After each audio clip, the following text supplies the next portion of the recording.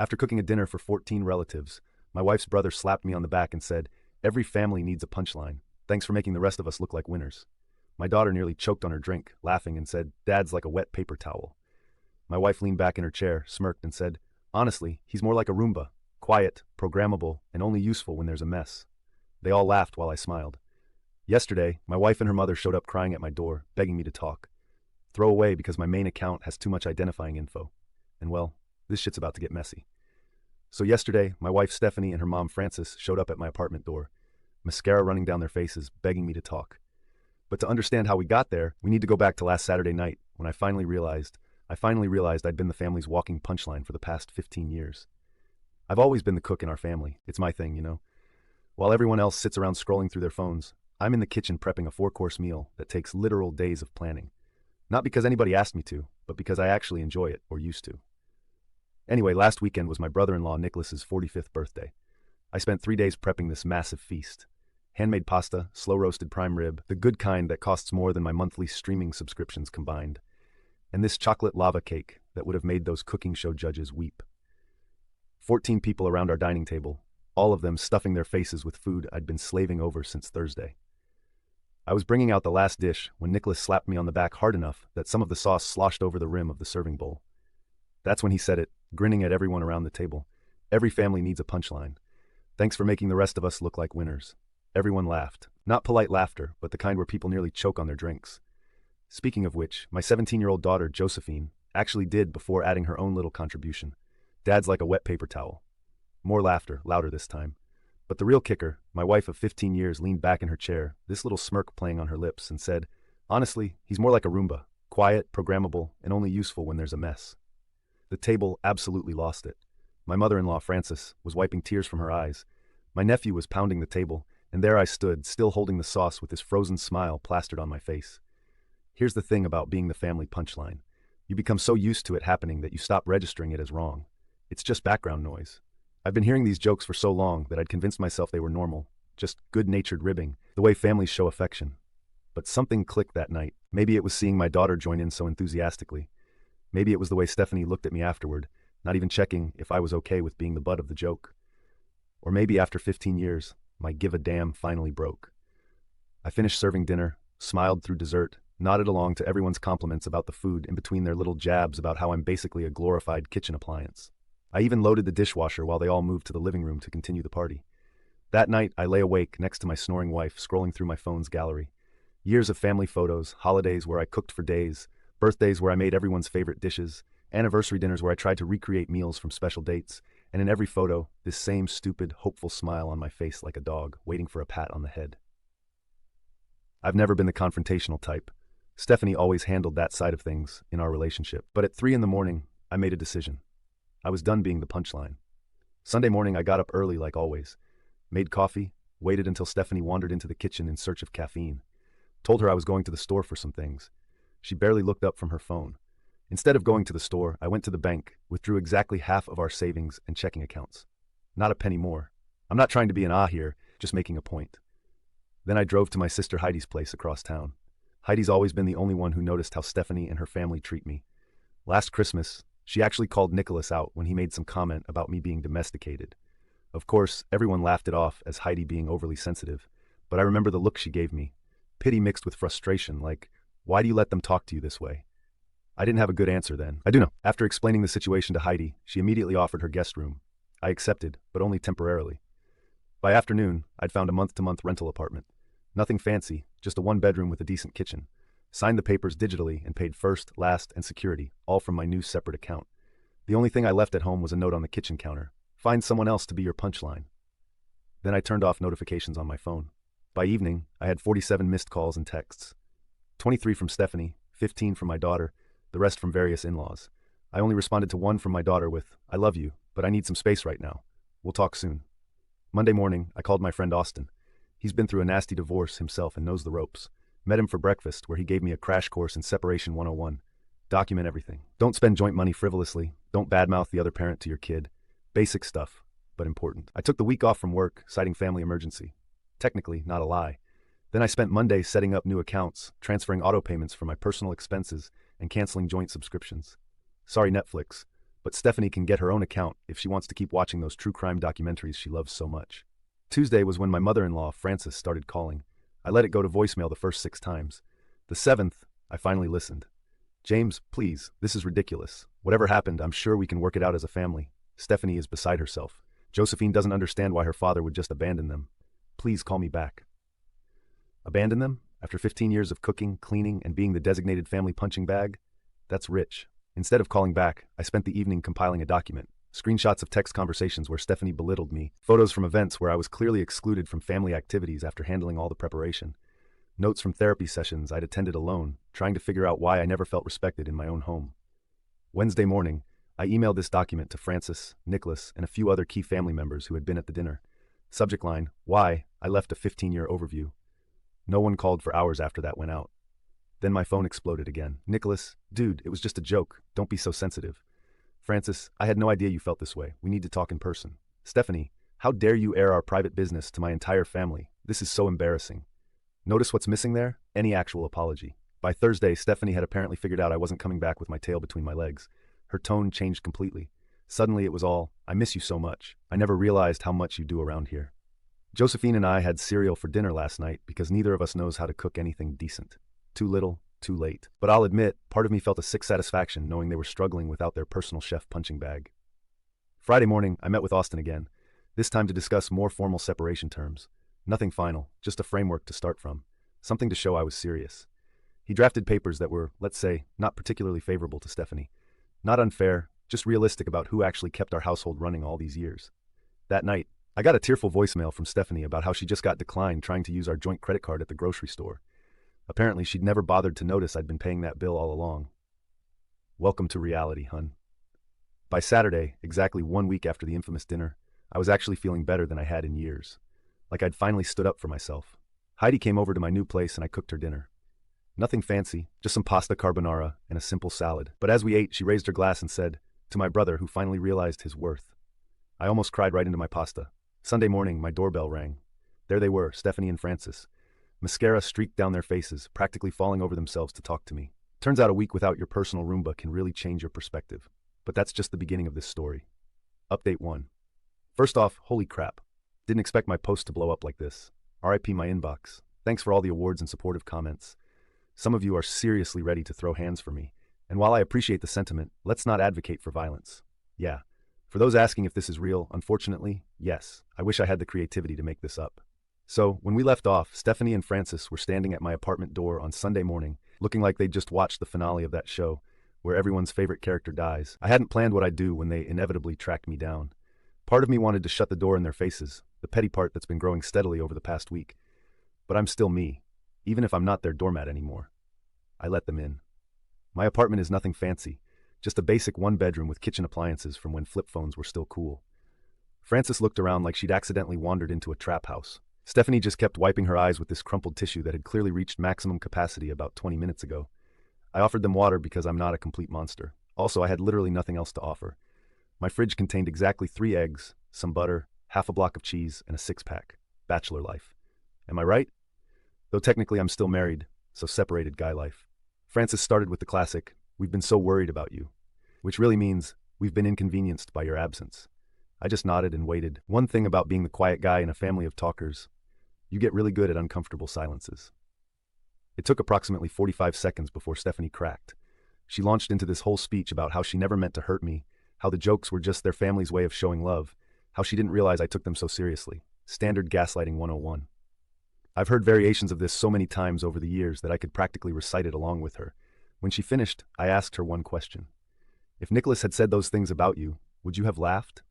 The look on her face was priceless, like I'd just asked her to explain quantum physics while juggling flaming chainsaws. Frances jumped in then, talking about how families have different dynamics, and how I've always been so sensitive, and maybe I'd misunderstood the intention behind the comments. Classic Frances move.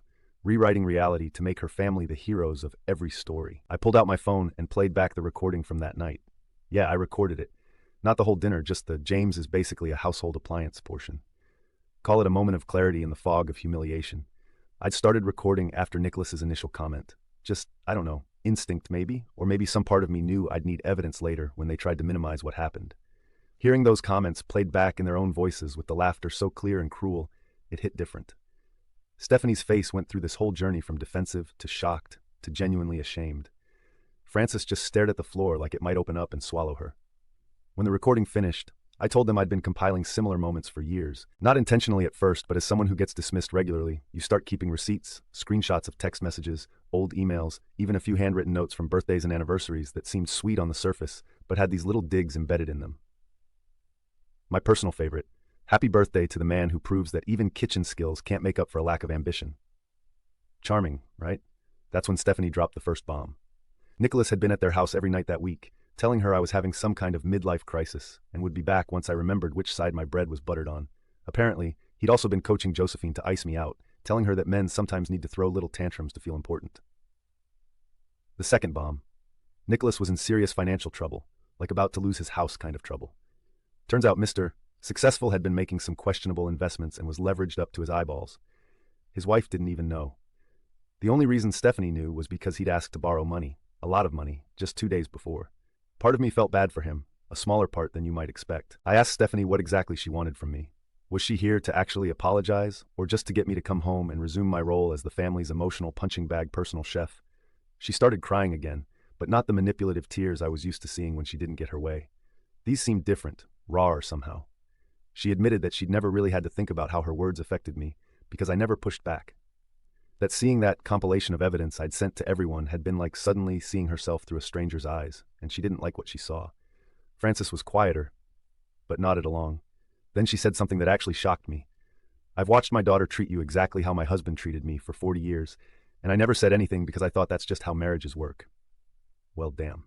I'd like to say I immediately forgave them and we had a group hug, but that's not how real life works. I told them I needed time, that I wasn't coming home right away, if at all, that if there was any chance of salvaging our relationship, we'd need counseling, not just Stephanie and me, but family counseling with Josephine too. They left looking shell-shocked, but I think with a new understanding of the situation. That was Sunday. Monday brought its own drama. I was just heating up a sad frozen lunch at work when Nicholas appeared in the break room like some kind of badly dressed apparition. How he got past building security, I'll never know. He pulled the man-to-man routine, talking about how families have rough patches and real men don't walk out when things get tough. Rich coming from a guy who, according to Stephanie, was hiding major financial problems from his own wife. I waited until he finished his little speech. Then asked how his investment portfolio was doing these days. The color drained from his face faster than water down a broken drain. He started stuttering something about confidential family matters. I just smiled and told him I'd be happy to discuss my marriage with him, right after he explained to his clients why he'd been moving their money into high-risk ventures without proper disclosure. I didn't actually know if this was true, but based on his reaction, I'd hit pretty close to the mark. He left without another word, but apparently he went straight to Francis to complain about how I'd threatened him. I hadn't. Facts aren't threats. Tuesday, I got my first text from Josephine that wasn't dripping with teenage disdain. She asked if we could meet for coffee over the weekend, just to talk. No promises, she said, but she'd been thinking about some things. Progress, I guess. Wednesday was when the financial reality really started hitting Stephanie. She called. I let it go to voicemail, saying she'd been declined trying to use the credit card at the grocery store for the second time. Apparently, she'd never bothered to notice I'd been handling all the bills for years. Welcome to adulting, babe. Thursday, Austin, my friend who's been helping me navigate this mess, brought over the formal separation papers. They weren't vindictive. I'm not trying to leave Stephanie destitute, but they were fair. Equal split of assets, but acknowledging my contributions to the household beyond just financial. Also included a detailed accounting of all the emotional labor I'd been providing. Cooking, cleaning, managing Josephine's school and social calendar, maintaining relationships with both sides of the family, etc. Austin suggested I hold off sending them for a few days. Let the reality of the situation marinate a bit longer. Like a good steak, some things improve with time. See? Food metaphors, can't help myself. Friday night was Josephine's lacrosse game. I'd never missed one before, and it felt strange not to be there, cheering awkwardly from the sidelines while trying not to embarrass her with my existence. Instead, I sent a delivery of her favorite post-game snacks with a simple note. Proud of you always. Love, Dad. Austin went to the game, his daughter plays for the same team, and reported back that Stephanie, Francis, and Nicholas were all there looking miserable. Josephine scored twice, but didn't celebrate with them after. Small victories. The weekend brought another unexpected development. Nicholas's wife called me. We've never been close. She always seemed to share her husband's view of me as the family joke, but she sounded desperate. Apparently, Nicholas had been hiding their financial situation for years, and my comment at work had prompted her to do some digging. She found statements hidden in his home office, showing they were on the brink of losing everything. I felt bad for her. Unlike me, she genuinely had no idea what was happening in her marriage. I suggested she talk to a financial advisor and possibly a lawyer. Not to be malicious, but because she needed to protect herself. By Sunday, 2 weeks since the dinner that changed everything, something shifted. Stephanie stopped calling to beg me to come home and started asking what she could do to make things right. Frances sent an email, an actual email, not a text, with a detailed apology that showed she'd really been reflecting on her role in enabling the family dynamic. Even Nicholas's wife texted to thank me for the advice. She'd frozen their joint accounts just before Nicholas tried to empty them. The biggest surprise came from Josephine. She showed up at my apartment Sunday afternoon alone. No warning, just a text from downstairs. "I'm here, can we talk?" She looked smaller somehow, standing in my doorway, less like the confident teenager who'd laughed at me being compared to a Roomba, and more like the little girl who used to fall asleep on my chest watching nature documentaries. Our conversation wasn't easy. There were tears, mostly hers, some mine, accusations, fair ones, and eventually a genuine apology. She admitted she'd been treating me the way she saw everyone else treat me, like I was disposable, unimportant. She said she'd started seeing the school counselor and talking about how she treats people, especially me. Then she asked the question that broke my heart and gave me hope simultaneously. "Do you think you'll ever come home, Dad?" I told her the truth. I don't know, but I do know I'll never again be the family punching bag. As she was leaving, she turned back and said, "Mom's moving in with Grandma Frances tomorrow. She can't afford the house without you. Thought you should know." And that brings us to yesterday, Monday, 3 weeks since everything changed. I was just getting home from work when my phone buzzed with a text from Stephanie. "We need to talk for real this time. No crying, no excuses, just talk." I agreed to meet her at a coffee shop, neutral territory. What she told me there changed everything yet again. But that's going to have to wait for part 3, because this is already way longer than I intended, and my frozen dinner is starting to smell like it's burning. Thanks for listening, Reddit. Sometimes the family punchline gets the last laugh after all. Finally, update. Thanks for all the support, awards, and comments on my previous posts. NGL, reading some of your suggestions for revenge has been both hilarious and slightly concerning. Y'all need therapy. So do I, but that's beside the point. So when I left off, I was about to meet Stephanie at a coffee shop after she'd texted asking to talk for real. I chose this place downtown that makes these ridiculous cinnamon rolls the size of your face. Not because I wanted to treat Stephanie, but because if the conversation went south, at least I'd have sugar to comfort me. Emotional eating, FTW. I got there 15 minutes early because punctuality is hardwired into my DNA at this point. Ordered my usual black coffee that tastes like they filtered it through an old boot, just how I like it, and grabbed a corner table where I could see the door. Stephanie walked in 5 minutes late, standard, but something was off. First, she wasn't wearing any makeup, which I've seen maybe 3 times in our entire marriage. Second, she was carrying a manila folder thick enough to be someone's dissertation. Third, she looked nervous. Stephanie doesn't do nervous. She does confident, irritated, or passionate. Nervous is new territory. She sat down without ordering anything, which was another red flag. This woman normally can't function without her overpriced cappuccino. She placed the folder on the table between us, took a deep breath, and said 6 words I never thought I'd hear from her. "I think I need help, James." Not, "We need to talk about you coming home." Not, "The family misses you." Not even, "I'm sorry for everything," but an admission that she personally needed help. The folder contained printouts of therapists in our area who specialize in family counseling. She'd already made an appointment for herself, just herself. Not coos therapy, not family therapy, individual therapy for Stephanie. She told me she'd spent the past week really thinking about our marriage, about how she treated me, about the example she was setting for Josephine. She admitted something that hit me like a truck. She'd always resented that I seemed content with my life, while she was constantly striving for more, more, more. My happiness with simple things made her feel inadequate somehow, so she developed this habit of putting me down to make herself feel better. It wasn't an excuse, she said, just a realization she'd had while lying awake at 3 in the morning on Frances's pull-out couch that smells vaguely of mothballs and disappointment. I asked her why now. Why, after 15 years of treating me like the family doormat, was she suddenly having this epiphany? Her answer was surprisingly honest. "Because you finally stood up for yourself, and it terrified me." She'd never considered I might actually leave. In her mind, I was the stable one, the constant, the one who would always be there no matter how they treated me. My leaving shattered her entire worldview. There was more to the conversation. 2 hours worth, actually. But the gist was this. Stephanie wanted to change, wanted to work on herself, wanted to work on our marriage if I was willing. But she understood if I wasn't. I told her I needed to think about it. That therapy was a good start, but I wasn't ready to move back home yet. That I'd need to see consistent change, not just promises. She nodded and slid the folder toward me. Inside, beyond the therapist info, was a stack of papers I recognized. The separation agreement Austin had helped me draft. She'd signed it every page. At the bottom of the last page, she'd handwritten, "I hope we never need this, but I understand why you do." That was Monday. Tuesday brought another surprise. A text from Nicholas. "Need to talk. My office, 2 p.m. My first instinct was to tell him where to shove his request, but curiosity got the better of me. I agreed, but set my own terms. We'd meet at the coffee shop near my work, not his office, where he'd have home field advantage. Nicholas showed up looking like he'd aged 10 years in 3 weeks. The expensive watch was gone. So was the designer polo. He was wearing a regular button-down with a coffee stain on the cuff. He got straight to the point. His financial house of cards was collapsing. 3 clients had pulled their business after hearing rumors about his investment strategies, which, to be clear, I never actually spread. People talk, especially when money's involved. His wife had frozen their accounts and was staying with her sister, and Frances had refused to bail him out because, and this was the kicker, she decided it was time he faced consequences for once in his life. I almost choked on my coffee. Nicholas didn't apologize for how he'd treated me over the years. Not directly, but he did admit that he'd always been jealous of my relationship with Stephanie. Not in a weird way, but because she and I had something stable while his own marriage had been built on appearances and materialism. Then he asked if I'd talk to his wife, put in a good word, tell her he was trying to change. The irony was delicious, better than the cinnamon roll I'd stress-eaten the day before. The family joke was now the family mediator. I told him I'd consider it if he agreed to 2 conditions. First, he had to publicly apologize for his comment at the dinner. Second, he had to get his financial together and be honest with his wife about everything. He agreed so quickly, I almost felt bad for him. Almost. Wednesday, Josephine texted asking if she could come over after school.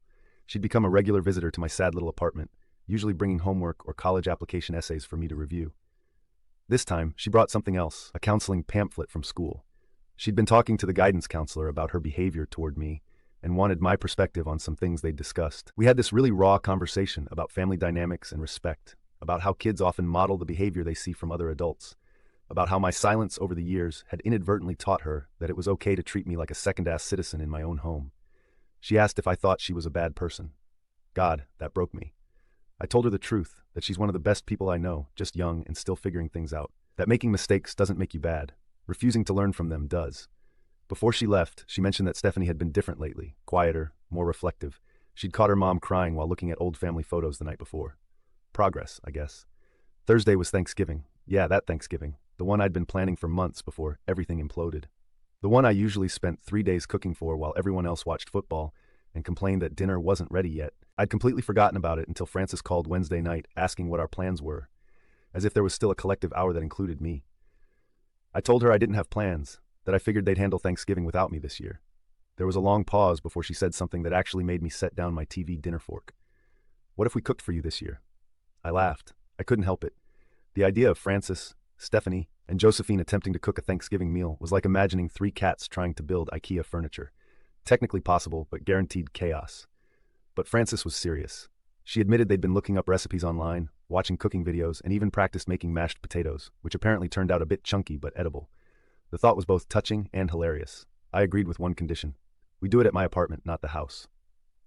Neutral territory still felt important. They showed up Thursday morning with grocery bags full of ingredients, none of which matched any traditional Thanksgiving recipe I'd ever seen. Stephanie had printed out step-by-step instructions with pictures. Josephine had downloaded some cooking app that yells at you if you're doing things wrong. Her words, not mine. I sat at my tiny kitchen table sipping coffee, watching them navigate my limited kitchen space like a chaotic cooking show. Frances kept asking where things were, forgetting I'd only been in this apartment for 3 weeks and barely had the essentials. Stephanie nearly set off the smoke alarm twice. Josephine was surprisingly competent with a knife, something I found both impressive and mildly concerning. I offered advice only when asked, which was frequently. By 3 in the afternoon, they had somehow produced a meal that was edible. The turkey was a bit dry on the outside, too pink near the bone. The stuffing was oddly sweet because Josephine misread tablespoon as teacup. Not even kidding. The green bean casserole was the most successful dish, mostly because it came from cans and was hard to mess up. But they tried. They'd really tried. As we sat down to eat, Frances raised her glass and said, "James, I want to apologize for years of watching how they treated you and saying nothing. For raising my daughter to think it was okay to belittle her partner, for not appreciating everything you've done for this family." Stephanie went next, her voice shaking slightly. "I'm sorry for taking you for granted, for making you the butt of jokes, for teaching Josephine that it was okay to disrespect you. I'm working on being better, and I hope someday you can forgive me." Josephine, always the dramatic one, had written her apology on her phone's notes app. "Dad, I'm sorry for laughing when Uncle Nicholas called you the family punchline. You're not a wet paper towel or a Roomba. You're the person who checks my homework and makes my lunch and remembers which medicines make me drowsy. You're my dad, and I was a jerk, and I'm really, really sorry. I'm not gonna lie. I teared up a bit, but before I could say anything, my doorbell rang. It was Nicholas looking uncomfortable in a plain sweater holding a bottle of wine. His wife was with him, which I hadn't expected. She gave me a small smile that seemed genuine. I invited them in, though the apartment was already cramped with 4 people. Nicholas looked at the slightly mangled turkey, the lumpy mashed potatoes, and the oddly sweet stuffing, then at me. He took a deep breath and said in front of everyone, "James, I'm sorry for the dinner comment. For years of treating you like you were less than me, for trying to turn your family against you when you finally stood up for yourself. I was wrong, and I'm trying to do better." His wife squeezed his hand, a silent show of support. Later, she told me that Nicholas had come clean about everything, their financial situation, his treatment of me over the years, all of it. They were in counseling now, both couples, and financial. They downsized their house and were on a strict budget. Nicholas was rebuilding his business the right way with her as an equal partner. We ate that imperfect Thanksgiving meal together. The conversation was stilted at times, genuine at others. Nicholas asked about my cooking techniques with actual interest, not mockery. Frances complimented my apartment sincerely. Stephanie helped with dishes without being asked. Small things, normal things, but they felt monumental. After everyone left, Stephanie lingered at the door. She asked if this changed anything, if I was ready to come home. I told her the truth. I wasn't sure yet, that I appreciated the effort everyone was making, but trust takes longer to rebuild than it does to break. That I was willing to try couples counseling to see where things stood after a few sessions. She nodded, looking both disappointed and understanding. Then she asked if I'd help them with Christmas dinner, adding quickly, not to cook it for us, just to teach us how. I found myself saying yes before I'd even thought it through. That was a month ago. Since then, we've had 4 couples counseling sessions that have been equal parts uncomfortable and enlightening. I've had dinner with Josephine twice a week, sometimes at my place, sometimes at restaurants. Nicholas and his wife are slowly rebuilding their financial life, and he hasn't made a single joke at my expense. Last weekend, I went to the house to pick up more of my things. It looked different somehow. Stephanie had rearranged the living room, replaced some of the artwork with photos I'd taken on our trips. The kitchen was cleaner than I'd left it. There was a meal plan on the fridge in Josephine's handwriting with YouTube links for cooking instructions. Stephanie asked if I wanted to stay for dinner. She'd made lasagna following my recipe. It wasn't perfect. The noodles were a bit undercooked, the sauce a little watery, but she'd tried. Really tried. I stayed. We talked about real things, not just schedules and bills, about what we both wanted from the relationship, from life, about where we'd gone wrong and how to do better. After dinner, as I was leaving, Stephanie asked if I'd consider coming home after the new year. Not as the family cook or emotional punching bag, but as her husband, Josephine's father, an equal partner. I told her I'd think about it, and I am seriously. Yesterday was Christmas. I spent the morning at my sister Heidi's, then went to Frances's house for dinner. A dinner they cooked with minimal assistance from me. Nicholas and his wife were there, more subdued than in past years, but seemingly happier in a quieter way. After the meal, Nicholas raised his glass to James, who had the courage to walk away and the grace to let us try to make things right. Everyone raised their glasses. No one laughed at me. No one made a joke at my expense. Instead, they looked at me with something I'd rarely seen from them before. Respect. I don't know what happens next, whether I'll move back home or maintain my independence longer, whether Stephanie and I will fully reconcile or eventually decide to part ways more permanently, whether Nicholas will sustain his newfound humility or backslide into old habits. What I do know is this: I'm not the family punchline anymore, and that more than any elaborate revenge scheme feels like the ultimate victory.